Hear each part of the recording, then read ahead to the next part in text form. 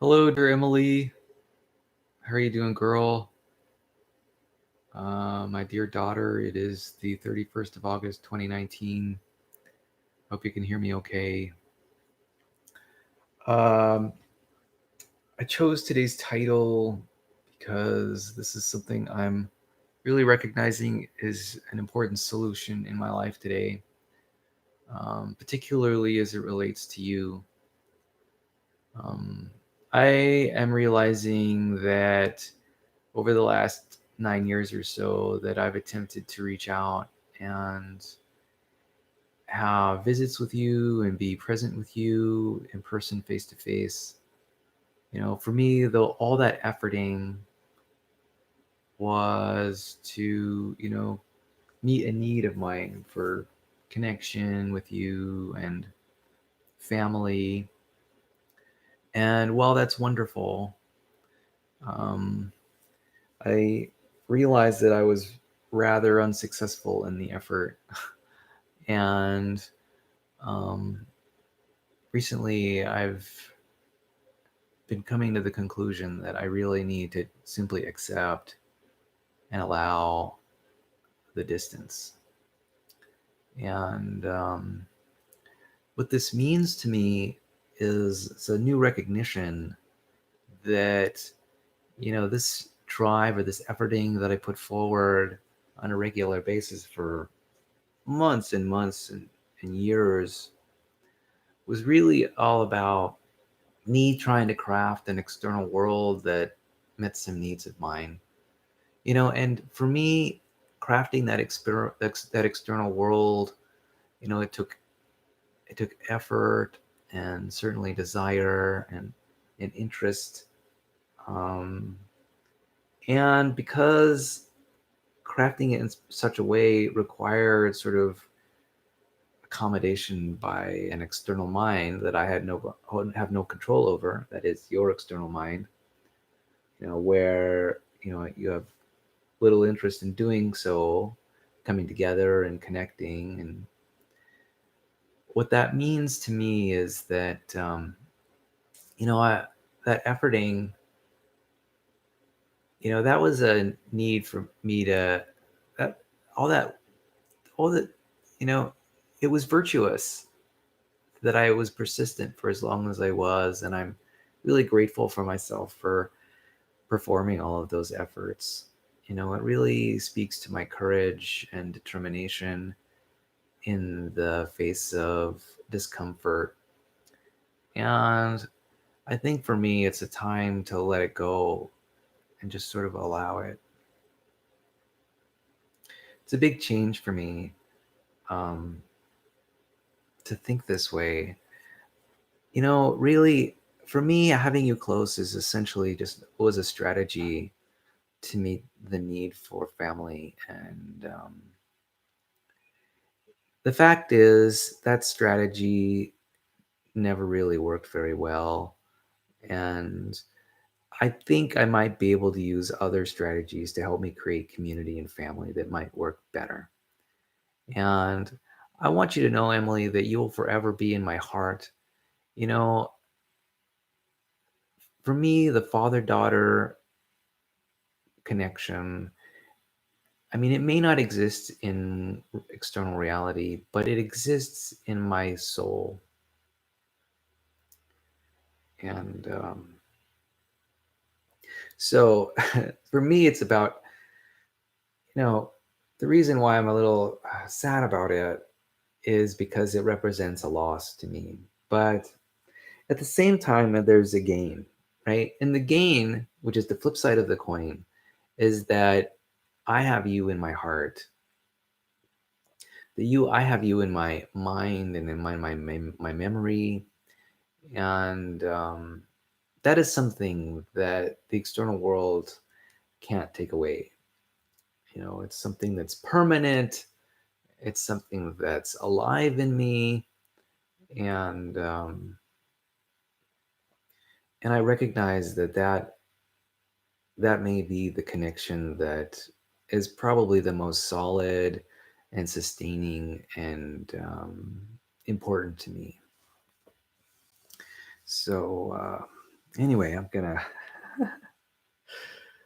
So I'm changing my strategy. In other words, my strategy is more a focus on developing sort of the internal relationship with you, that relationship with you uh, within me. And it's that relationship that I'm going to begin to foster and develop and cherish. And I think I'm going to spend less time fostering, developing, and cherishing the external relationship. I mean, I'll do the most I can to be inviting and welcoming and allowing you into my life. Uh, it's certainly a decision point for you. You know, it's a choiceful, and you know what? I can accept a no. I can accept a um, a separation if you choose it, and and the reason why is because I've got unconditional love for the Emily McFarland that lives in my heart. And I think that may be the enduring relationship that I get to keep and cherish. And so, so really, there's a lot to be grateful for. Um,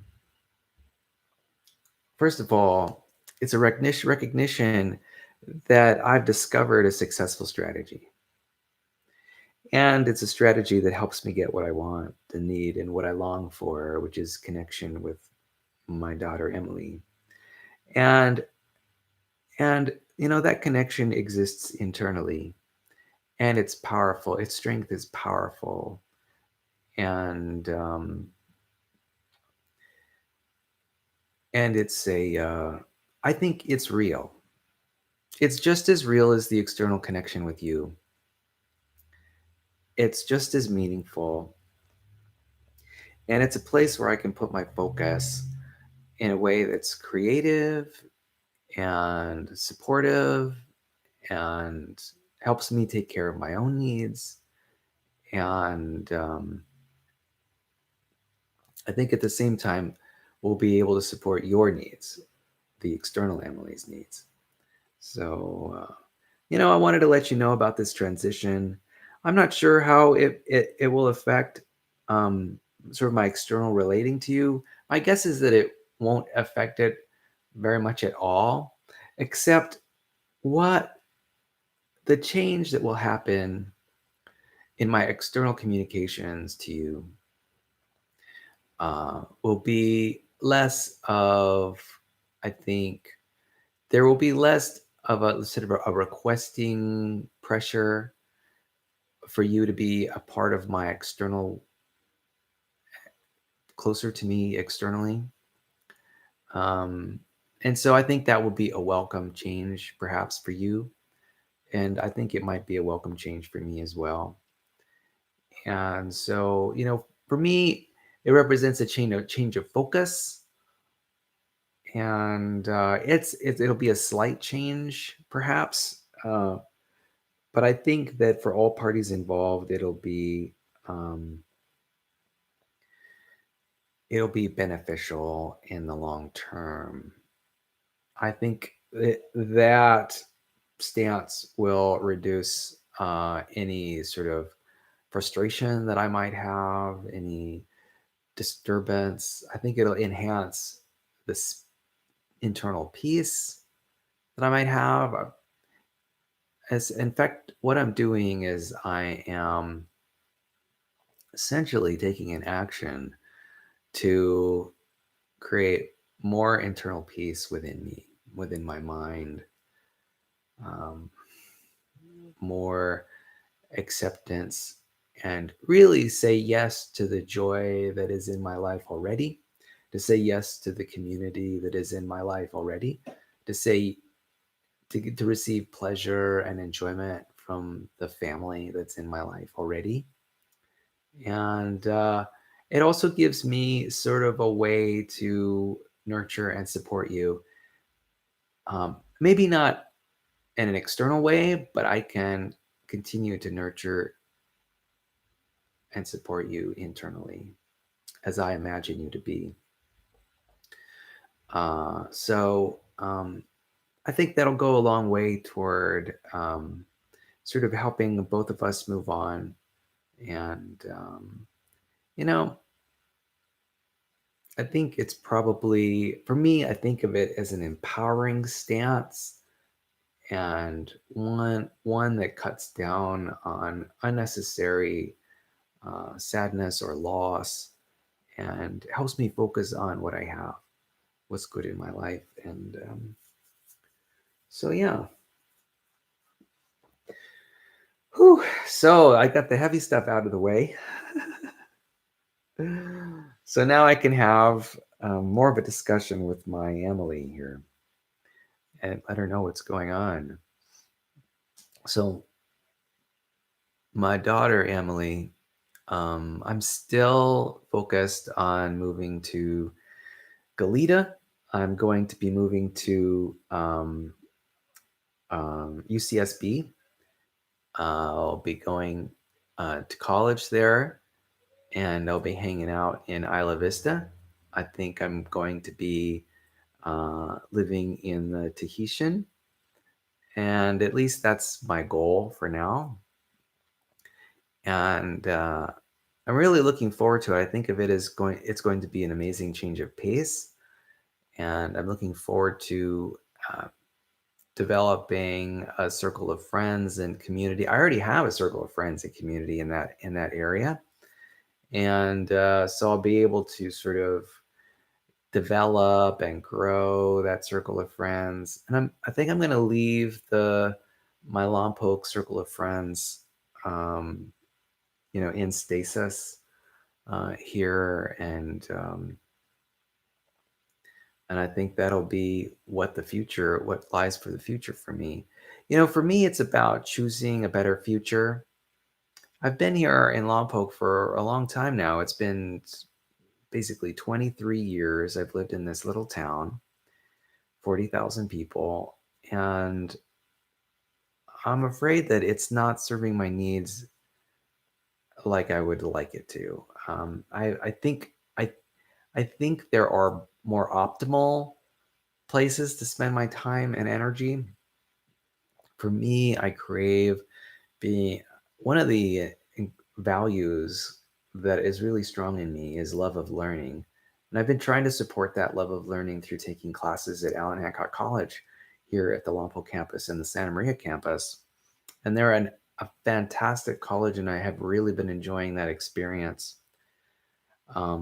But I'm also noticing that I'm doing a lot of driving to Santa Maria, hours and hours at a time.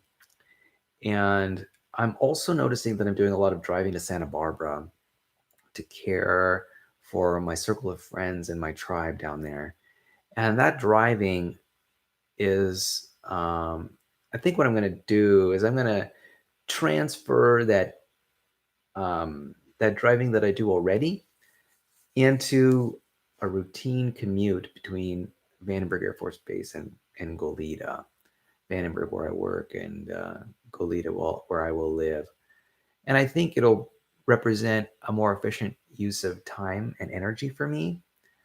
My personality will be able to grow and develop in the academic environment down there in Isla Vista with the students. And for me, what's important is being on the cutting edge of technology, the cutting edge of um, social waves.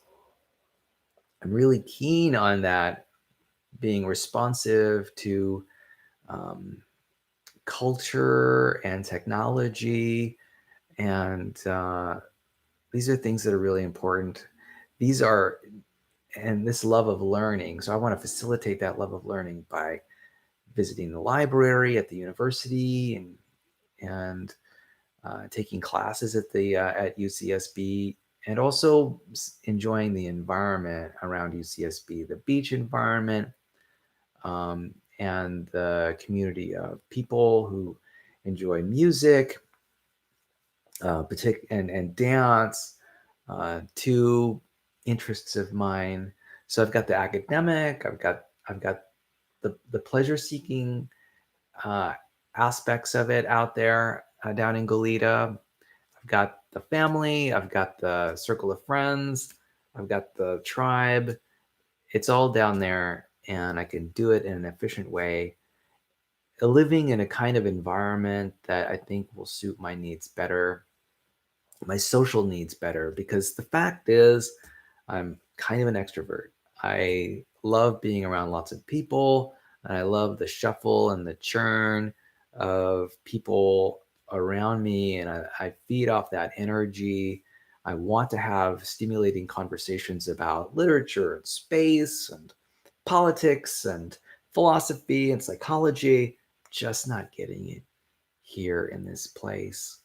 And at least as much of it as I want.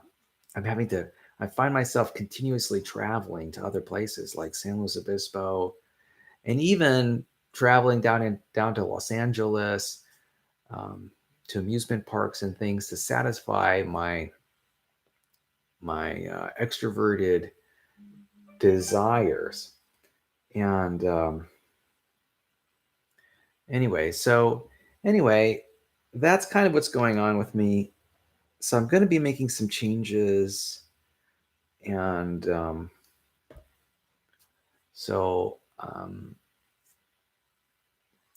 anyway, I want you to, um, I don't know, I want you to have a sense of what's coming up for me. In a way, it's also helpful because I'm sort of understanding for myself what I'm doing here and what's important to me. There are a lot of values that are important to me, like creativity is a really strong value for me, particularly when it comes to conversation and technology. Um, Another thing that's important to me is curiosity. I'm actually quite curious about what I'm going to find in Goleta and in Isla Vista and in the university environment. I want to go to the UCSB Arts and Lectures presentations that they have down there. I want to be closer to the art world, particularly galleries filled with fine arts, museums. I want to be closer to stage play presentations. I want to take advantage of that more than I can here in Lompoc. Um, Other things that are important to me are um, the love of learning. I'm definitely going to be taking an assortment of classes at UCSB. I want to be close to campus. I now own a bicycle, and I'm going to use that bicycle to get around. And and I'm going to be loving that, new technologies, learning programming, computer programming, other subjects that are going to be within my reach. I'm going to be able to go to colloquia there, maybe get involved in clubs that are around there. To me, that's going to satisfy a lot of needs that I have. Also, the nice thing too is I think I'm going to have better perspective about the world that I live in, better perspective about who I am as a person. I'll be able to explore that more fully and the diversity of the university environment. And so I'm going to really enjoy the personal growth that comes from being in that environment. You know, another thing that I appreciate is the step forward that this is asking of me. You know, there's courage. I've got, it takes a little bit of bravery to step out from what everybody else is doing and be the unique soul that I know that I can be. And so I'm excited about taking that courageous step forward. Um, I think that this move will help um, sort of improve my zest for life. I think that being around that lively and energetic group of young people, which for some reason is something I really love. Hanging around old people is fine, but for me, the excitement is about new.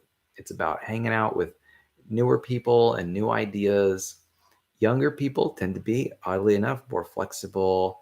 They've made fewer commitments in their life, and they're ready to grab onto amazing new subject areas and ideas. And I love that. I love the creativity inherent in that. And I think that's going to really amplify the zest that I feel in my own life. I kind of feel here in this smaller town just feeling a little stagnant. I mean, I've been living here in Lompoc for about 23 years now, and that's a long time to live in a town of this kind. And I think it's definitely time for a change. Um, Also, I have a real desire to be around excellence, people who are focused on excellence. I have that at my workplace, which is great. I'm working around a lot of motivated coworkers, and I appreciate the excellence that they bring to bear in their work.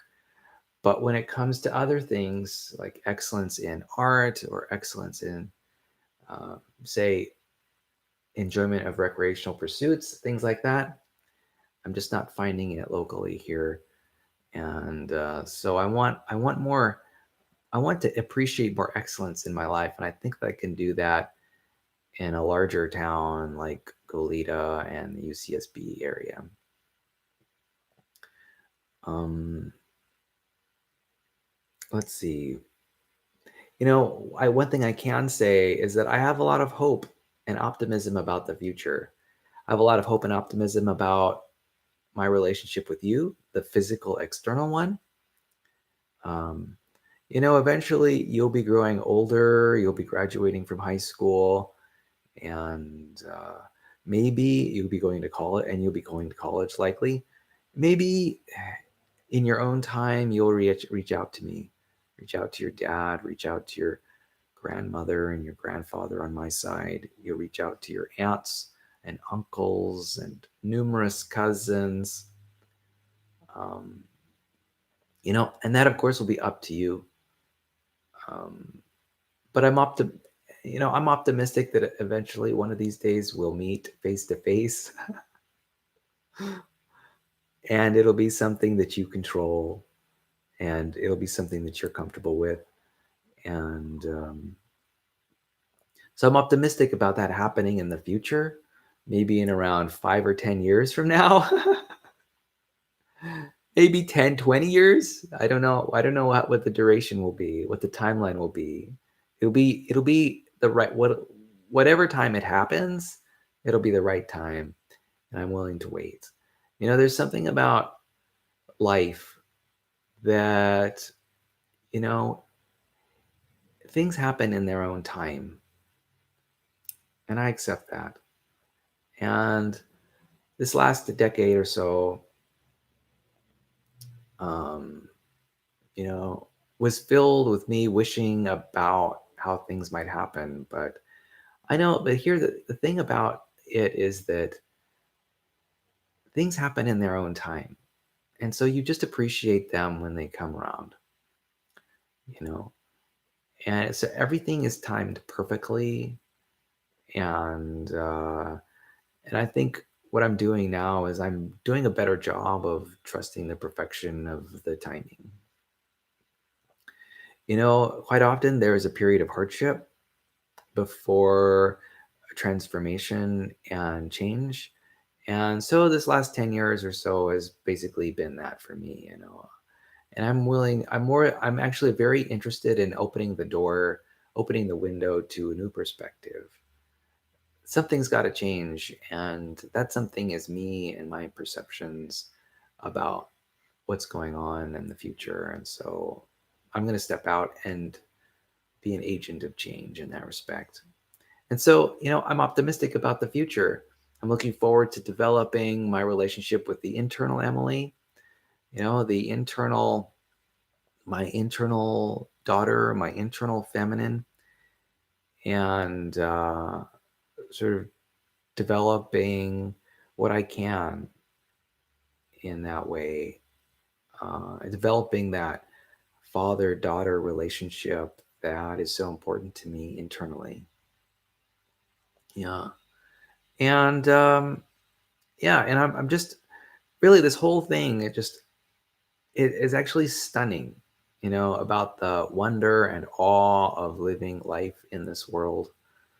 I'm just completely amazed by the lessons that I learn every day, and just so grateful to have learned them. So for some, I'm kind of a slow learner naturally, and but I think I really am getting to a point where I am learning what I need to learn in order to be the most present, loving, enlightened person that I know.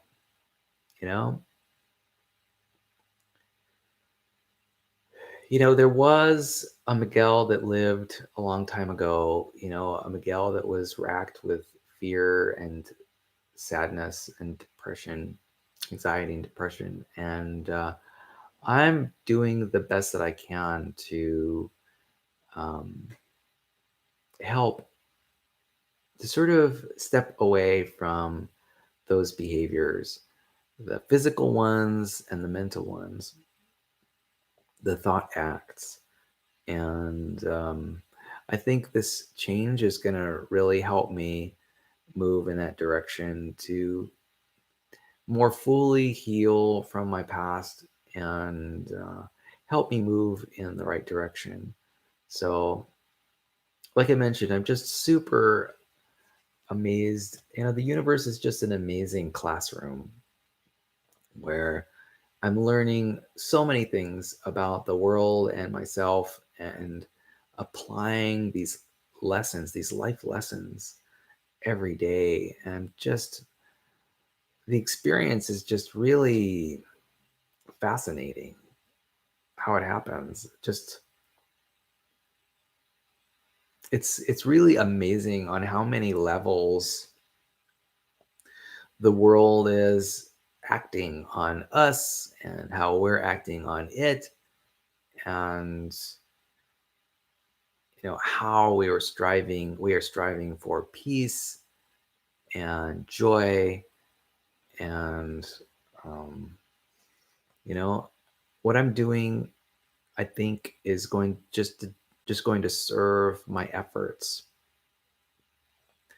of being the best Miguel that I can be the most amazing Miguel that I can be, and be less disturbable also. Yeah. That really kind of is the point. The point of it all is to be less disturbable and to live your life in peace and gratitude. If you can do that, kudos. And what it takes is a release of all the judgment, a release, it's just sort of an allowing of what is happening in the present moment.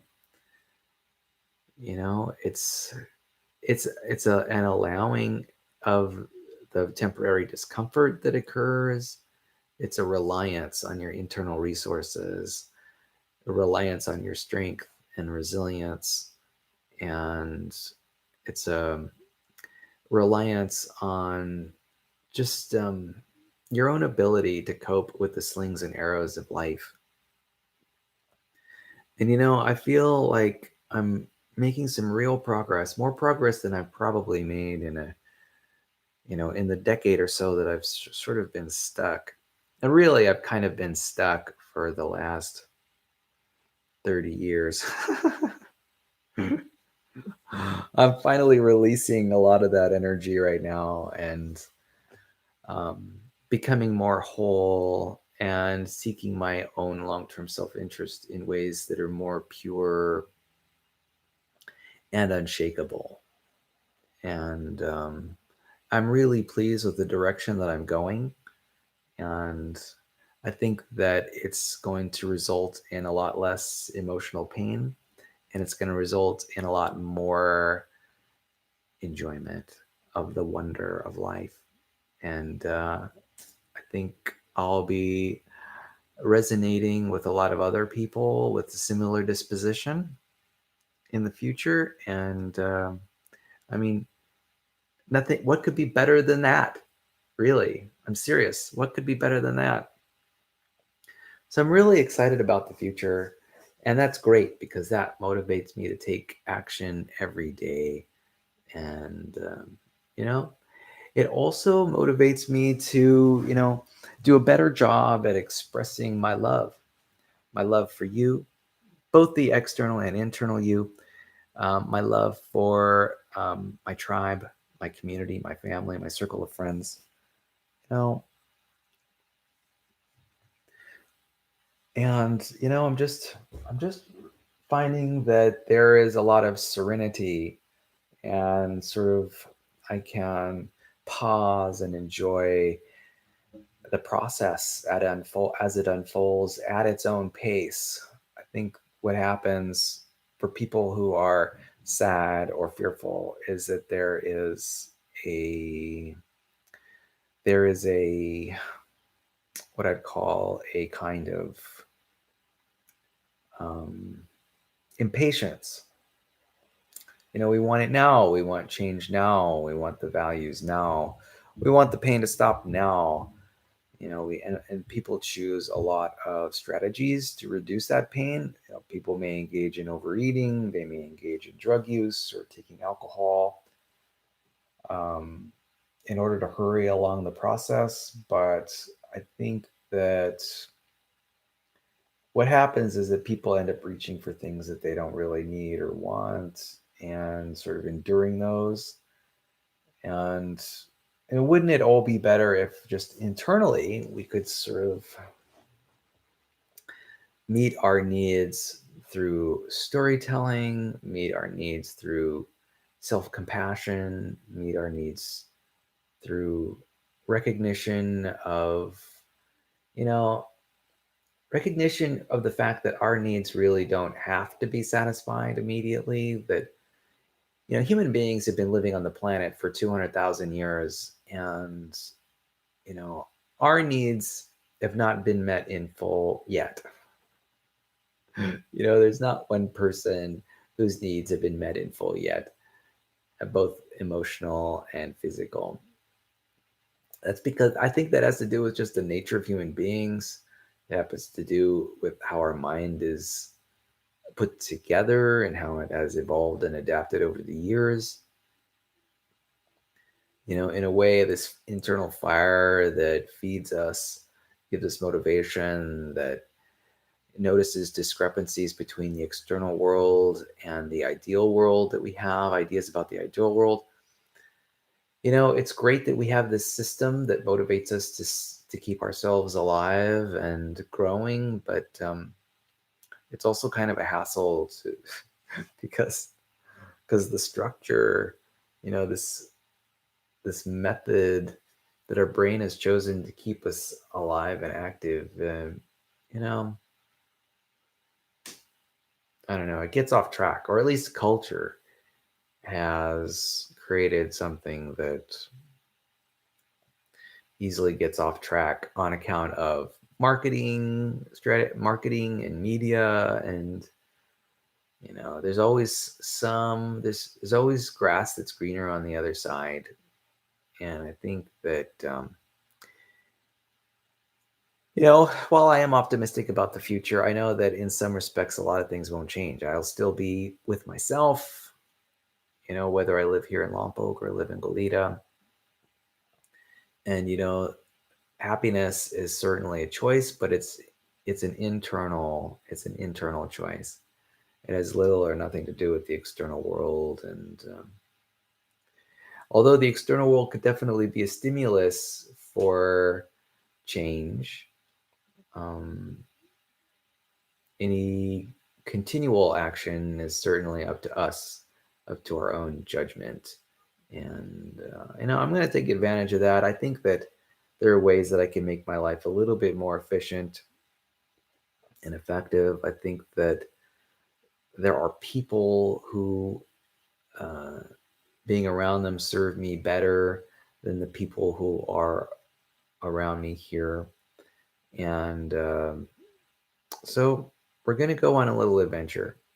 We're going to seek out a new environment, and we're going to see how that affects our moods and everything like that. And our brain will adapt. I have confidence that my brain will adapt as it begins to learn how the new environment works. So anyway, I just want to keep you abreast of the change that is going on in my life. And, you know,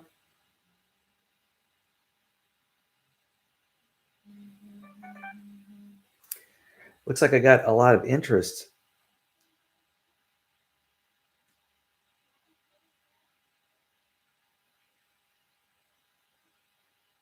in this stuff. Anyway, so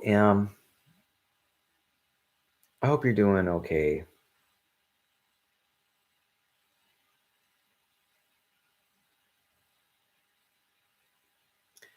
And let's see. Maybe what I can do is I can answer some questions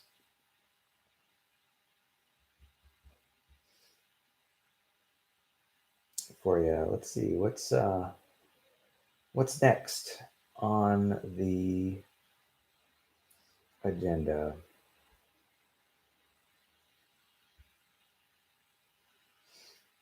Okay. Question number 404. If you could switch job responsibilities with your boss, would you do it? Why or why not? If I could switch oh yeah, sure, I totally would. In fact, I did make an application to my work, to my job, and yeah, I totally did that. I would certainly do that. That is no problem. And yeah, so why? Well, here's the thing. I personally, when it comes to strengths, I think I have a really strong ability to communicate with people and develop uh, sort of a circle of collaborators that help solve problems. And so I think I'm really good at that. I'm really good at sort of mediating disagreements. And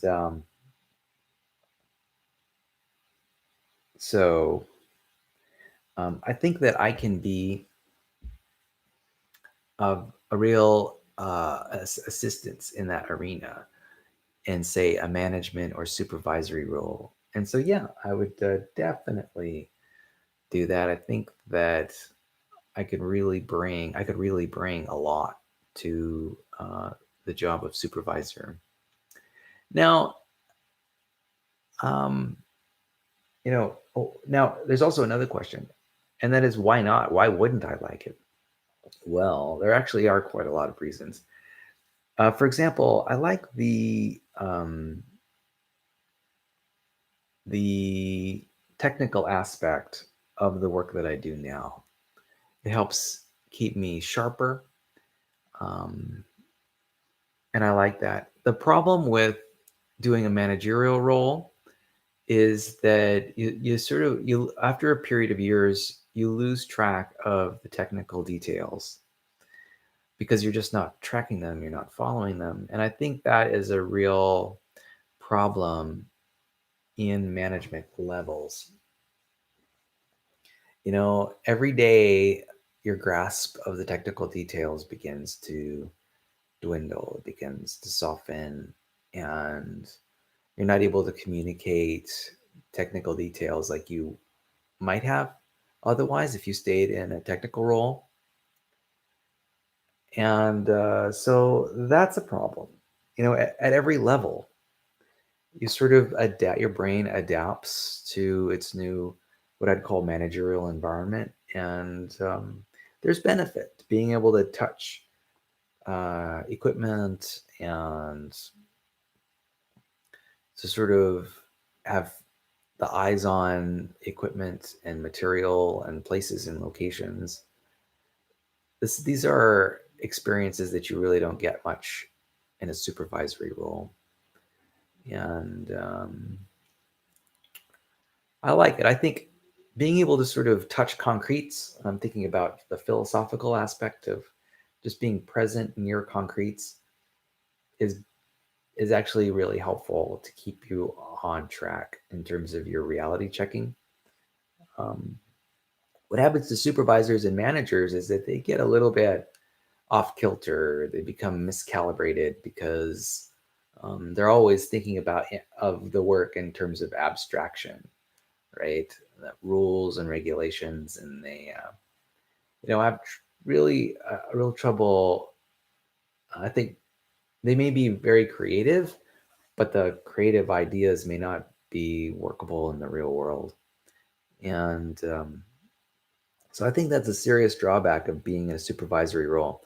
I almost kind of think that the best mixture would be people who do both technical and supervisory roles at the same time. Let's say a 50-50 mix or something like that, or an 80-20 mix. I think you both need to, I think everyone needs to have a facility understanding the technical details of a problem as well as the managerial details. I think it's really helpful for people to have a mixture of both those experiences and to continuously be reinforcing those experiences all the time. And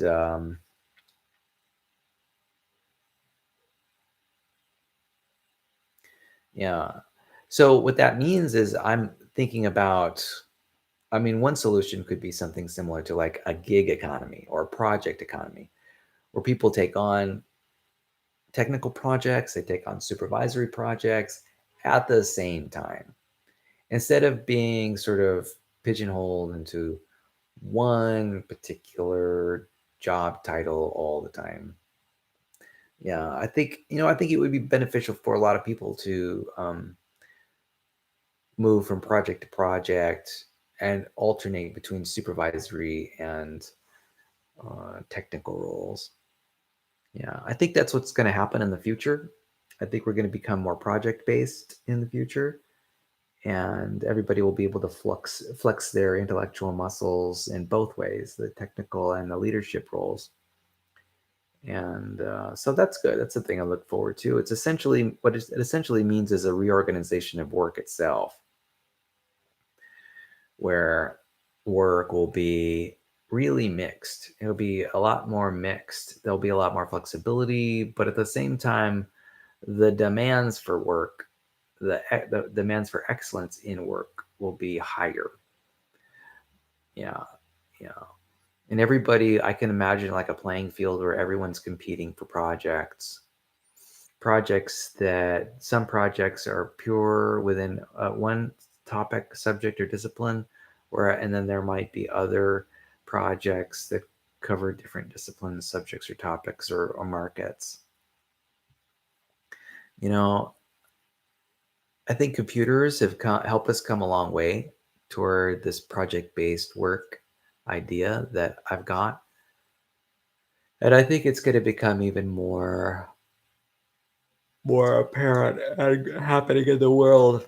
I think it's going to definitely, I think it might even overtake the existence. I mean, companies will probably still exist, but companies are going to be less, they're going to have multiple focuses. And people are not going to be hired as employees like they were in the past. I think people will basically all be consultants in the future.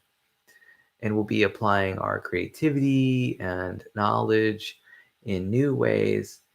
And I think it'll help satisfy people's needs for deep work more prominently, yeah, more effectively. We're getting there.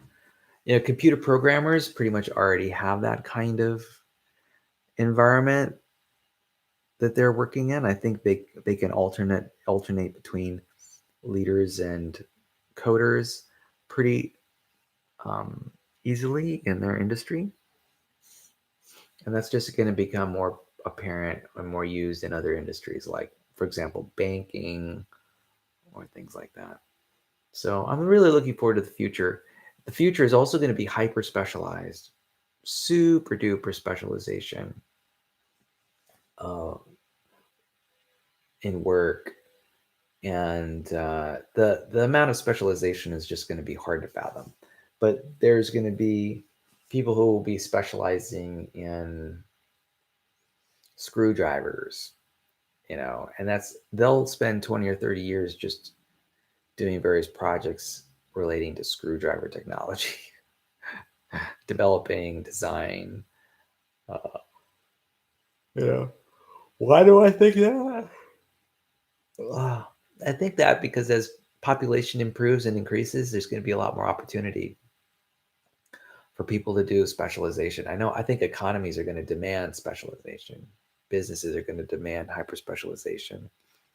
If you're a geneticist, you're going to be a geneticist um, in a certain cell type with certain techniques, and you'll alternate between supervisory and technical roles. And I think that's what the future holds for work. So I guess I ended up answering a slightly different question. But if I could switch job responsibilities with my boss, would I do it? Sure. Why or why not? Um, well, I think I outlined a few of the reasons. I think the nature of work really is going to be changing quite a lot in the next 10, 20, 30 years. It's already changed in my lifetime in ways that are just light years. I mean, I remember when I first came to work, everything was done with pad and paper or pen and paper, and oh my gosh, people had drawing tables for desks, and they would draw using pencil on paper, and these are engineering drawings, right? Technical drawings. I don't know. We don't do that anymore because everything's drawn electronically using AutoCAD or other software products. Yeah. I mean, we had computers. I've always been in a work environment that had a computer, even if that computer was just like an automatic, like a teller machine, like a cash register. But of course, in the future, cash registers won't even exist. In a way, I'm surprised that they still do exist. I'm surprised. You'd think that they would be just completely. Um,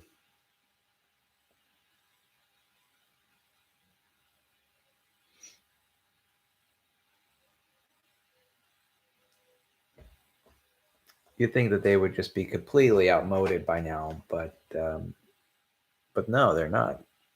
I would say that cash registers will basically be gone, certainly within 10 years. I'll say mostly within 8 years. I think 5 years is a little short for cash registers. I think cash registers will probably still be around 5 years from now, but they're going to definitely be phased out in about 5 years, or they'll be changing significantly. I mean, they've already changed. I mean, just think about what, like, there are like these Apple Pay things that are going on where people are paying for stuff using, I don't know, cards, and they're not even using cards anymore. People are paying using smartphones. That's just going to become universal. We're going to have 90% of our transactions are going to take place cashless. And there's going to be a point in time where no transactions take place with cash. And I think there are already places in the world where a lot of this is happening. And I give it about 10 years or so. It's going to take a while. For some reason, the United States, as we don't adopt new technology very well. I think it has to do with our older population. Um, we have there's a segment of our population that's sort of still stuck in the old world. They are quickly losing their grip in economics and in politics, and they are basically on their last legs. Especially certainly when the Gen Xers start coming in. Once the Boomers uh, sort of move out of the picture, get and start retiring from work and stay retired, once the Gen Xers get at it, we're going to totally shift up this world, and we're going to, everything's going to be cashless. The Gen Xers have this real advantage of sort of being on the transition between the computer world and the non-computer world. We have this life experience where the computer world, we just notice the difference between the computer world and the paper world. And I think most, if not all, Gen Xers are choosing the digital world because of its many advantages.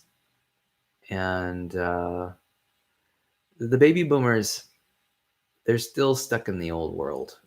For them, it's all about, oddly enough, it's all about the virtue of not knowing how to use a computer. What is that all about? There are older people, baby boomers, who boast that they don't know how to use a computer. It's like boasting that you don't know how to write using a pencil. It's like boasting that you have no friends. It's like, don't you know that your life would be a lot better if you knew how to write with a pencil? It's definitely like a transition between the old world and the new. And I think it's going to happen rather rapidly. It's a little slow, and I think largely it has to do with where the things that are slow are when it comes to this new technology adoption, are places where there's just not a lot of money, right? The world of, say, financial investment banking is very, very high tech because there's lots of money to be made, and it's all that money, that churn of money, which builds up the infrastructure. But there are a lot of things that are just, there's not a lot of money in it, like, say, I don't know, washing machines, mom and pop businesses. These are people that don't have a lot of money, and they want to stick with the old world because upgrading represents a cost that's displeasurable. Anyway, that's just the way it is. And but what's happening, I'll tell you what's happening, is that rising waters raise all boats. And as we get more wealthy as a community and as a society, as in the world, as standards of living begin to rise and people become more wealthy as a result, a lot of these changes will be happening rapidly and almost automatically. Thankfully, the smartphone, internet, and other things are bringing about these changes, and these changes are going to be happening so much more quickly. I mean, every year I'm kind of stunned to see even cash registers on counters. It's like, you still have a cash register and not just a computer screen, right? A touchpad. In a way, touchpads have become the standard for some kind of tablet, computerized tablet. Have become the standard for even small transactions for small mom and pop businesses. And it's technology like that which is going to be where it's at. Definitely. That's what's going to be replacing the cash register. I mean, and it's already happening. I think, is it called Square? Is that the name of the service? I think it might be called Square. They're changing the industry. At least I'm noticing that because a lot of my transactions take place using that Square tablet software. And I only see that trend increasing. Because who wants to buy a huge cash register anyway? Who wants to buy this? I don't know how much they cost, but I'm sure they're like $500. Who wants to buy this big bulky when you can just use your smartphone or a tablet computer? You already have software that is programmed by some other person in some other country probably. Now I don't think I ever see Bitcoin really being a thing. Um, I mean, it might be, and I'm talking about cryptocurrency in general. We'll see what happens with cryptocurrency. It's still sort of uncertain. We'll see what happens with currency in general. I do not have expertise to make a judgment about what will happen in the world of currency and money, but I think it's not too much of a stretch to say that cryptocurrencies will find their place. I just don't know in what form they will be when they eventually do find their place. Even regular money is a kind of cryptocurrency anyway. I mean, if you think about it, even regular money is transferred digitally. And it's transferred using codes. Computers. Codes and computers. And anyway, I guess I'm really getting off subject here. Emily, I think you get the point. I really have enjoyed our conversation today, even though it was a little bit one-sided. And as always, I want you to know that I think about you frequently, that you are always on my mind, that I only want what's best for you, and that I'll do my best to be your advocate, to be your supporter. And I'll do so in a way that you choose.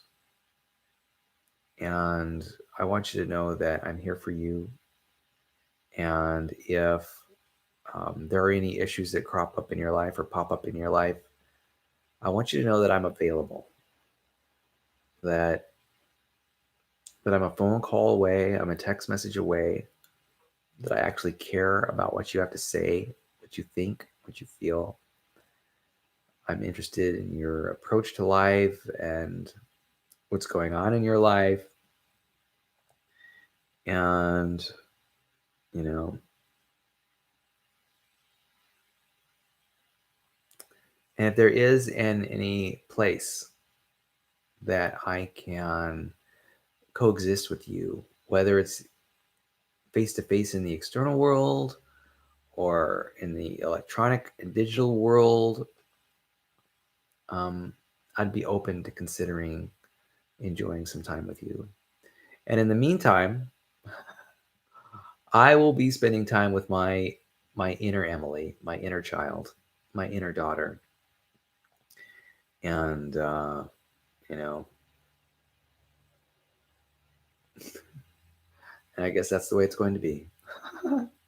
Anyway, I hope you have a wonderful day today, and I'll talk to you later. Goodbye.